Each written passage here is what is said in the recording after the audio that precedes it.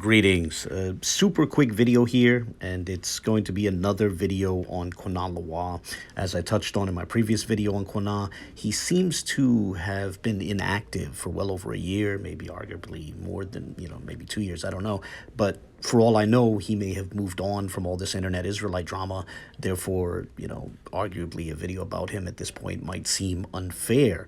But some of his erstwhile followers are still on social media, and they're still repeating things they got from him. And therefore, it's at least worthwhile to address some of his arguments which are still being repeated in his absence. So in this video, I want to discuss this unreferenced excerpt from a book, which Quana would employ as part of a polemic against Hebrew vocalizations, which he didn't like.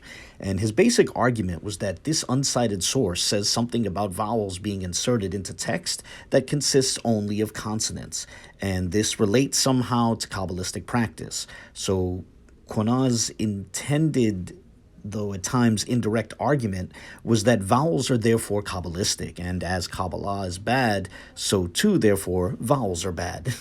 And, Quana and his students would say things like vowels were inserted by mystery schools and Kabbalists as a form of witchcraft or spellcasting or something like that. And, as crude as that sounds, he intended it as a polemic in favor of his slightly modified form of Lashawan Qadash, which he called Awbaray. Unfortunately, however, I've never seen Quana engage the replies that he received to appeals to that source, and I personally don't recall seeing him ever cite the source. Now, of course, he may have shared the source with some of his followers, but his tendency to just post the image without further comment and without proper citation has resulted in the phenomenon of followers who still post the image without having the foggiest clue where it comes from. For example, this is a comment on Facebook by a person who's within the remnant of people who still try to follow and echo Quana in his absence. And this person posted this exact same image, the exact same image that Quana used to post, without providing a source. And this just happened a couple of weekends ago, and I'll share a link in the video description. And in the caption that went with that post, with that comment, this follower of Quana made a declaration that this was somehow against quote-unquote Kabbalah vowels, right? And when the source of the text was noted for this person, and it was noted to be from a book by Manly P. Hall, the person replied matter-of-factly that they did not get it from Manly P. Hall. Now, as a disclaimer, I'm not accusing that person of lying. I suspect that they may have just been sincerely misinformed. Perhaps they didn't know the source, perhaps they never knew the source, rather they simply got it from Quana. That's what I assume. But whatever the case, they nonetheless doubted that it would be from Manly P. Hall. They were incredulous at the suggestion, hence the comment you see on your screen. And that's why I wanted to make this short video. There are followers of Qana Lawah moving around social media, resharing material they got from him without knowing the sources of what they're sharing. So in this video, I want to show the source of the relevant text. But before we look at the source, I invite the viewer to note the features of the text. Note how it begins with an asterisk, and note how there doesn't seem to be any text after this paragraph. In other words, it seems like it's a footnote at the bottom of a page.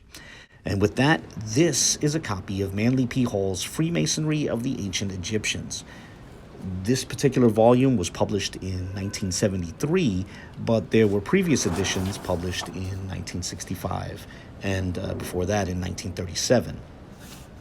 And with that, we can now turn to page 91 of the book. And then we can go to the bottom of that page where we find the relevant text. And sure enough, it's a footnote at the bottom of the page. And at this point, it should be pretty clear that this is indeed the source of the text. But if one needs a visual aid to really drive that point home, we can take the image that followers of Quana are still passing around social media, and we can superimpose it over this text, right over this page. And at this point, you can see it's pretty much exactly the same. Letter for letter, it's the same. Manly P. Hall was indeed the source. And again, the book is Manly P. Hall's Freemasonry of the Ancient Egyptians. Now, having established that, I suppose before I close this video that we should probably address the polemic itself. Unfortunately, just as the reasoning of Quana and his followers is not entirely clear, so too the precise point that Hall was trying to make is a bit obscure as well. Nonetheless, there is, I would say, a certain cheapness in the Quanaites ignoring recourse to Ugaritic or serious discussion on the matres lectionis, which are employed in the Dead Sea Scrolls and what that might imply, or even the transliterations that are found in the Dead Sea Scrolls. Ignoring all of that and then just trying to give their shaky interpretation of a less than clear statement of the writings of Marpeï Hall, somehow, give that the final word on the question of Hebrew vocalization. It's really hard to take seriously. I guess we should ask ourselves, should we defer to the considerable ancient evidence, like what's in the Dead Sea Scrolls, or should we defer to some fringe internet character's interpretation of a passage in Marpeï Hall? Frankly, to ask the question is to answer it. That said, we should attempt to ask the question regarding what Hall might have been trying to say in that text. For example, was Hall saying that any vocalization the Quanaites don't like is necessarily Kabbalistic? I honestly doubt that was Hall's intention. It seems to me more likely that Hall was alluding to Kabbalistic and tacitly, more generally, rabbinic maneuvering that happens when the vocalizations, including matres lectionis, when the vocalizations are treated as malleable. In other words, one can find the rabbinic literature as well as the Kabbalistic literature. One can find such literature littered with instances in which a writer might say, don't read this word in the biblical text this way, rather read it this way, right? You might think the word, it's one word, but they'll imply that it's another word. And the wordplay that they're engaging in takes advantage of what can happen, how much, room for maneuvering someone might have if one shifts from one vocalization to another. Now, if that was what Hall was referring to, then, recourse to the Quanaites' modified version of Lashawan Qadash does not provide any sort of solution, right? In other words, removing vocalizations from Hebrew does not remove the possibility of rabbinic-style wordplay. If anything, blurring the words together would only facilitate such word games. But with that, I'll close this video here. As I said earlier, I just wanted to make a short video to have as a reference should this polemic surface again in the future, and, to list the source, because it seems even the followers of Qana Lawah, at least some of them, don't know what the source is. As always, I welcome any comments, questions, or criticisms, so feel free to share your thoughts, whether positive or negative, and God bless.